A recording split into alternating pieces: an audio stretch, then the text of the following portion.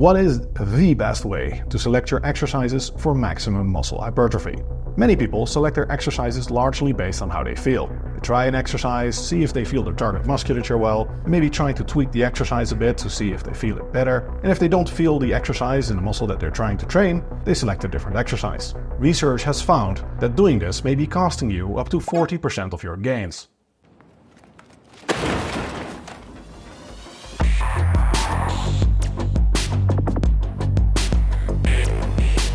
Muscle growth is primarily caused by mechanical tension. So in order to sense which exercises are best, it's necessary that we sense the amount of mechanical tension in our muscles when we exercise. Is this possible? Yes, it is. We have these things in our muscles called Golgi tendon organs. Golgi tendon organs can accurately sense the amount of mechanical tension that is being produced by a muscle. However, there is one teeny tiny problem with this.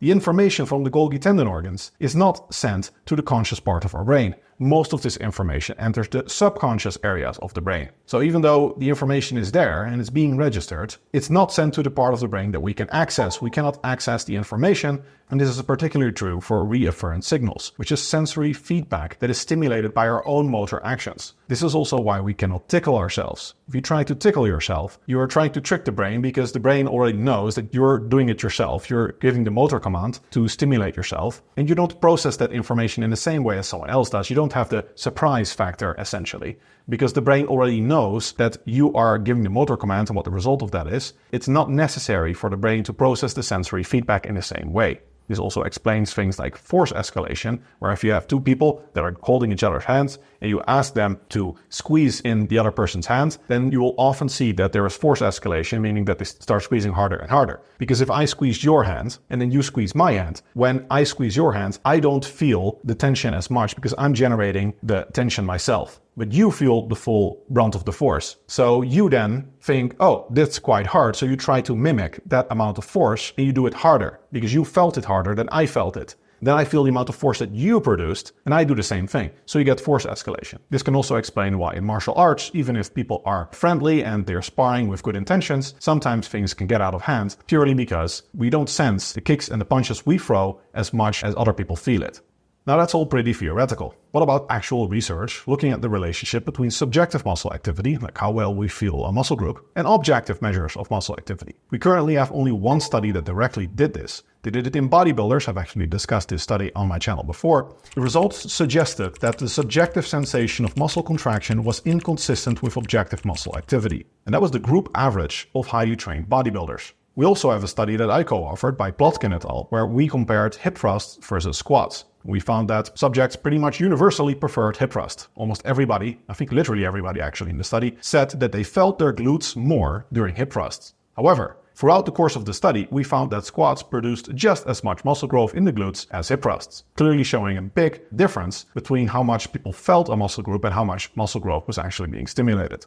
I'm currently involved in a more comprehensive study on the relationship between subjective and objective muscle activity. The current state of research, though, is not very promising when it comes to our ability to detect how well a muscle group is actually working during an exercise. Clearly, though, we feel something. What then is it that we feel when we're exercising? Because we feel something's happening in the muscle group. I think it's mostly the sensation of stretch and, importantly, the pump. I think people massively overestimate the pump as an indicator of good gains and an effective exercise. I think the pump is also the primary reason why people used to think that short rest intervals were more effective for muscle growth, because you get a lot more metabolic stress, a lot more pump when you don't rest fully in between your sets. But for mechanical tension, it's actually better to rest longer, and we see in research that people get more muscle growth when they do more total volume due to having longer rest intervals.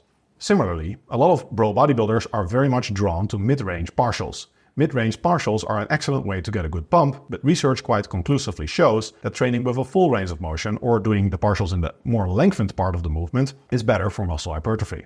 An overemphasis on the pump might also explain the myth of the bro hypertrophy zone of like 6 to 12 repetitions that supposedly maximizes muscle growth. In reality, we now know quite conclusively that the range is more like 5 to 30 and perhaps even broader. I think the reason that people thought that a low repetition set, say a set of 5 repetitions, was very ineffective for muscle growth is primarily because it doesn't give you much of a pump and you don't feel a lot in your muscles. You just feel sort of overall sensation of being crushed if you're doing heavy squats or deadlifts, but you don't get like a really good mind-muscle connection with your quads or anything. On the other end of the spectrum, if you do very high repetitions, you don't feel a lot during the early repetitions and it takes a while before you get any pump or burn. Therefore, people thought, oh, that's not very effective, even though we now know quite conclusively from research that even very high repetition sets are very effective for muscle growth as long as you take them close to failure. So that's why our sensations, when we do feel something, that something is not necessarily indicative of muscle growth and a good training stimulus. On the other hand, if we don't feel something, we also have clear researchers and cases where we do actually get a good training stimulus. This is especially the case for the glutes, for example. Research has found that this idea of gluteal amnesia is largely a myth. A lot of people don't feel their glutes when they're doing squats, for example, as we also found in our study, but that doesn't mean they're not working hard. Research very conclusively shows that squats are an excellent exercise for the glutes. Research has also looked at gluteal activation drills. A lot of people feel that whereas they normally don't feel their glutes during squats, when they do glute activation drills in their warm-ups, the glutes now wake up supposedly and they do feel them. This theory has also been very comprehensively debunked in multiple studies. In reality, what's probably happening is that when you are focusing more on your glutes with your warm-up drills, you're exercising them more, they literally warm up a bit more, you probably feel them more, or it's possible that some people feel them more at least. For me, they also don't do anything. But if you feel them more because you're focusing more on them, that doesn't mean that they're actually activating more, it just means that you're now focusing more on them. Or, in general, maybe there is more subjective sensory feedback, but it doesn't mean that objectively there's more motor activity in the muscle group. If we look at studies that compared different exercises and looked at how much muscle growth they got in a certain muscle group from different exercises, we also see that the results quite clearly diverge from what people intuitively prefer or do or sense in their muscles. For example, for the triceps, pushdowns are far more popular based on my experience and Google search data than overhead triceps extensions.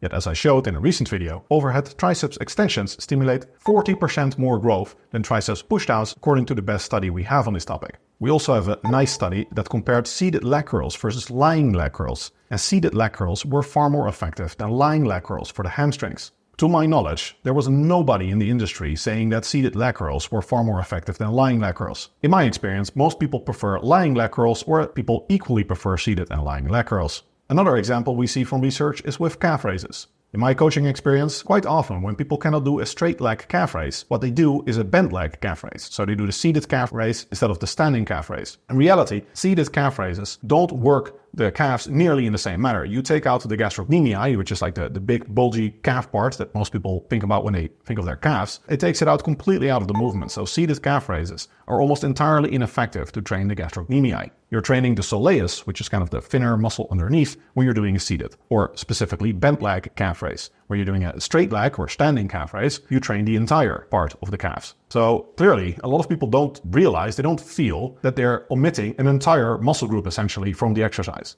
In my recent video on triceps training, I also showed research that bench presses and push-ups are relatively ineffective to train the long head of the triceps because of its biarticulate muscle conflict. We see that triceps isolation exercises stimulate substantially more muscle growth in the long head of the triceps and therefore the total triceps compared to doing bench presses and push-ups. Yet Bro Wisdom says that bench presses are an excellent triceps exercise, and there are all of these threads on bodybuilding forums, social media about why powerlifters have amazing triceps but their pecs are not necessarily as good as those of bodybuilders because they do a lot of bench pressing supposedly. In reality, we see that bench presses are not that great for the triceps because they don't stimulate the largest, most important head very well.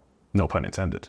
I've also previously talked about how leg extensions are actually a more complete quad exercise than squats. Prevailing bro wisdom is that squats are the best exercise possible for the quads, but research shows that the rectus femoris, the middle head of the quads, is not trained well at all, literally barely trained, by squats because again of its biarticulate muscle conflict. Leg extensions don't suffer from this problem and therefore stimulate the entire quads. I've yet to meet any person that subjectively felt this before they knew of the biomechanics and the research, even though the biomechanics are quite clear. We see this inability of ours to detect muscles not activating due to biarticulate muscle conflict also in research on squats. Squats are a very, very poor hamstring exercise. The hamstrings barely grow from squatting.